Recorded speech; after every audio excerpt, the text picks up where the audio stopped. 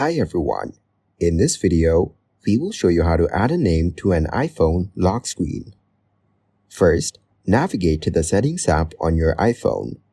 Here, find and tap on the focus in the settings. Next, hit the plus icon at the top and choose the focus to get started. Then give the name to your focus and tap on Next.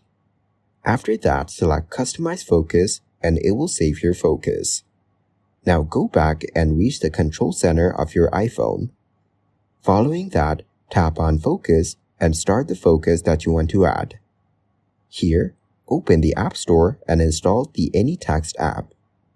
Next, open the AnyText app and select the widget number.